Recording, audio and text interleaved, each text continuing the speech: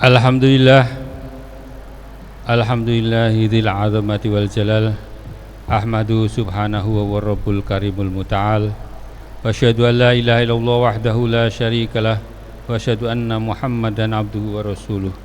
Allahumma shalli wa sallim ala abdika wa rasulika Muhammadin wa ala alihi wa sahbihi ajma'in. Ya ayyuhal hadirun, ittaqullaha haqqa tuqatih wa la tamutunna illa wa antum muslimun. Qala Allah Ta'ala fi kitabil aziz. A'udzu billahi minasyaitonir rajim. Bismillahirrahmanirrahim. Nun wal qalami wa ma yasturun. Ma anta bi ni'mati rabbika bimajnun. Wa inna laka la'ajran ghairu mamnun. Wa innaka la'ala khuluqin azim. Wa fil hadis innama bu'ithtu li utammima makarimal akhlaq. Wa qala Aisyah radhiyallahu anha kana khuluqul Qur'an. Para hadirin rahimakumullah, sidang Jumat yang dimuliakan Allah. Marilah kita perkuat takwa dan ketaatan kita kepada Allah Subhanahu wa taala dalam situasi yang tidak baik-baik saja sekarang ini. Para hadirin rahimakumullah, dalam khutbah yang singkat hari ini saya mengangkat tema kecil, yaitu terkait dengan negara yang diidamkan. Negara yang diidamkan itu bagaimana? Yaitu sebagaimana yang dikatakan oleh Ibnu Sina, yang disebut dengan negara ideal, disebut dengan morality state atau negara moralitas. Para hadirin rahimakumullah, Ibnu Khaldun di dalam muqaddimahnya menyampaikan baik buruknya akhlak terbukti menjadi pasang surutnya sebuah peradaban. Ini adalah satu kalimat pendek tetapi mempunyai makna besar. Jika kita ingin membangun sebuah peradaban, kunci utamanya adalah akhlak. Ahmad Syauqi, seorang penyair kenamaan dari Mesir, mengatakan innamal umamu ma baqiyat akhlaquhum fa in dhahabat akhlaquhum dhahabu. Sebuah bangsa itu akan bertahan, akan bisa dibangun jika mereka mempunyai akhlak yang mulia. Jika akhlak mereka itu hilang, tadinya ada, katakanlah begitu, maka tentu atau bisa dipastikan bahwa negara itu peradabannya juga akan hancur. Para hadirin rahimakumullah, ada 3 tataran dalam kehidupan menurut Islam. Yang pertama adalah hubungan manusia dengan Tuhan. Dalam hal ini biasa dikaitkan dengan akidah dan ibadah. Dan yang kedua serta ketiga adalah hubungan manusia dan manusia dengan alam. Dalam fikih muamalah itu tidak terlalu dijelaskan terkait dengan akhlak. Bahkan akhlak kita tidak pernah melihat sebuah buku yang ditulis dalam bentuk berjilid-jilid. Kalau kita lihat yang menjadi perlibatan panjang adalah akidah atau fikih, sehingga ada madzhab arba'ah, madzhab khamsah ataupun lebih. Di dalam akhlak tidak begitu panjang lebar dijabarkan di dalam kehidupan ini, khususnya di dalam Islam. Mengapa? Karena sebagaimana di dalam surat Al-Ankabut dikatakan innas sholata tanha 'anil fahsya'i wal munkar. Diharapkan orang yang melaksanakan ibadah sesuai dengan aturan, sesuai dengan kaidah-kaidah yang ada, maka otomatis orang tersebut telah memiliki kepribadian yang mulia. Sehingga di dalam ayat ini dikatakan orang yang melakukan sholat, maka orang itu akan berbuat baik, jauh dari kemungkaran. Seharusnya begitu. Meskipun di dalam kenyataan kehidupan ini banyak yang orang sholat, banyak orang yang zakat, banyak yang orang haji, tapi kemungkaran jalan terus. Berarti bahwa apa yang dilakukan tersebut masih dalam tataran lahiriah, batiniahnya tidak melekat pada diri orang tersebut. Para hadirin rahimakumullah, Ibnu Sina mengatakan bahwa negara ideal itu pertama harus memiliki seorang pemimpin yang mumpuni. Yang kedua, memegang teguh akan hukum dan menegakkan keadilan. Dan yang ketiga, menjunjung moral tinggi. Negara dan masyarakat juga harus menundukkan dirinya kepada hukum moral yang tidak tertulis. Negara yang demikian disebut dengan oleh Ibnu Sina sebagai moralistic state atau al-Madinah al-Hasanah as-Sirah, yaitu negara yang berdasarkan kepada moralitas. Dalam konteks sejarah, baik buruknya moral pemimpin terbukti telah membawa kehidupan bernegara yang adil dan makmur. Meskipun dalam sistem monarki absolut, sebuah sistem pemerintahan yang sekarang dipandang sebagai sistem yang tidak ideal. Artinya sistem itu sebetulnya menopang saja. Yang akan menentukan justru tiga hal tadi: kepemimpinan yang mumpuni, memegang teguh pada hukum dan keadilan, yang ketiga adalah menjunjung moral, meskipun negara tersebut adalah bukan demokratis. Pada waktu Umar bin Abdul Aziz memimpin pada tahun 717 Masehi sampai 720 Masehi, cuma sekitar 2 tahun 9 bulan, itu hampir tidak ada masyarakat yang mau menerima zakat. Mengapa? Karena mereka sudah tercukupi. Hal ini karena kepemimpinan yang adil, yang memiliki 3 kriteria tadi: kepemimpinan yang mumpuni, memegang teguh keadilan, dan menjunjung moral, sehingga tidak ada konglomerasi yang kekayaannya setingkat atau melebihi dari puluhan juta manusia. Waktu itu ada orang kaya, memang itu sudah sunnatullah, tetapi kekayaan itu bisa bagikan kepada yang lain.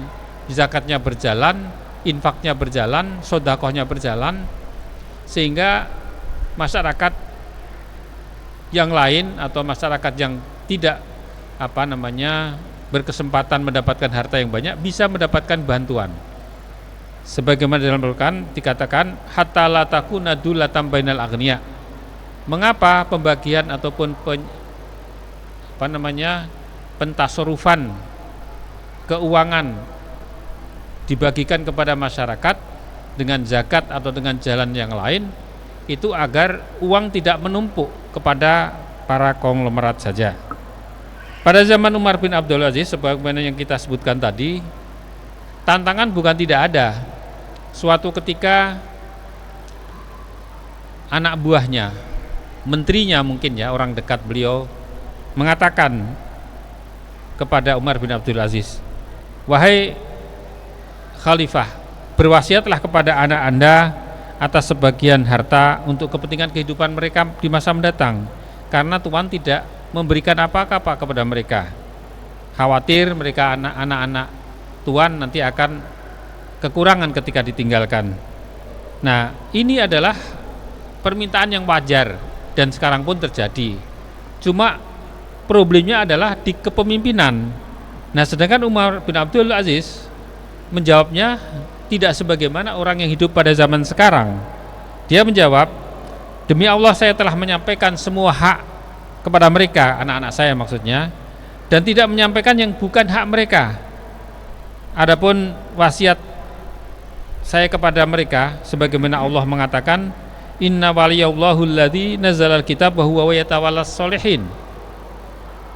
Allah yang menurunkan Al-Quran dan menjadi walinya, wali manusia, maka akan menjaga makhluk-makhluknya yang soleh. Itu bukan urusan saya, itu urusan Allah. Dan Umar bin Khattab kemudian Umar bin Abdul Aziz melanjutkan pula bahwa kalau seandainya anak saya itu menjadi orang soleh, maka udah tanggungan Allah, sebagaimana dalam ayat tadi ketika dikatakan wa huwa yatawallas sholihin, Allah yang akan menangani dan menanggung orang-orang soleh. Tetapi kalau anak saya menjadi orang toleh atau orang yang tidak soleh, bahkan menjadi orang jahat, naudzubillah tentu ya. Karena orang tua tentu tidak akan mendoakan anaknya menjadi jahat. Itu saya tidak akan menjadi orang yang pertama memberikan yang bukan haknya, membantu orang jahat. Itulah jawaban Umar bin Abdul Aziz kepada orang yang mendorong dan memanas-manasi agar beliau memberikan bagian kepada anaknya ketika masih berkuasa. Ma'asyiral muslimin rahimakumullah. Akhlak menjadi sesuatu yang sangat penting di dalam kehidupan bernegara. Ketika dinasti Abbasiyah jatuh pada tahun 656, tahun 1258, itu juga karena akhlak juga, karena moral. Jadi dinasti Abbasiyah itu bisa bertahan ratusan tahun atas gempuran musuh-musuhnya, dan peradaban Islam seluruh dunia dikomandani oleh dinasti Abbasiyah pada waktu itu. Kemudian datanglah tentara Hulagukan dari tentara Mongol yang kemudian mengepung Baghdad, yang Baghdad memang terbukti tidak terkalahkan. Tetapi apa yang terjadi? Khalifah Al-Mustaqsim Billah yang berkuasa pada waktu itu, akhlaknya tidak terpuji karena beliau bukan menyiapkan jihad, malah kemudian bersenang-senang di dalam kerajaan, di dalam kekhalifahan. Tentaranya juga jauh lebih kuat daripada tentara Hulagukan. Kemudian benteng pun jebol. Ketika benteng jebol, kemudian masyarakat yang ada di lingkungan Baghdad dibantai hampir 1 juta lebih. Mereka dibunuh, baik ulama, orang-orang sufi, para ilmuwan, guru, ibu-ibu, anak-anak, sampai banjir darah di Baghdad tersebut. Ini karena akhlak. Para hadirin rahimakumullah, oleh karena itu betapa pentingnya akhlak untuk kita bangun, kita perbaiki dari diri kita sendiri, dari keluarga, dari masyarakat yang terkecil, RT, RW dan selanjutnya. Oleh karena itu dalam situasi yang sekarang ini sangat relevan, penting adanya perbaikan akhlak untuk bangsa kita, negara kita secara menyeluruh dalam segala kehidupan, mulai yang terkecil sampai yang terbesar.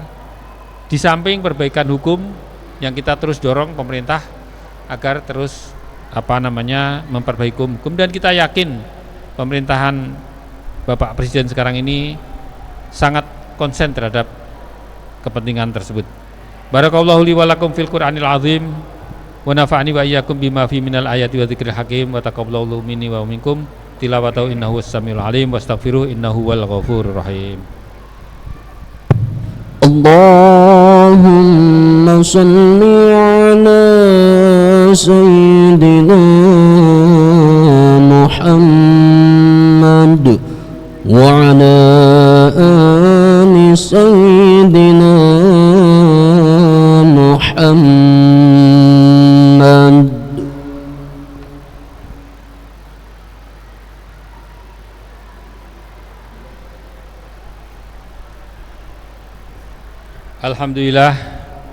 Alhamdulilladzi yatafaddalu ala ibadihi bijazilin ni'am wa asyhadu an la ilaha illallah wahdahu la syarikalah wa asyhadu anna sayyidana Muhammadan abduhu wa rasuluhu khairul anam.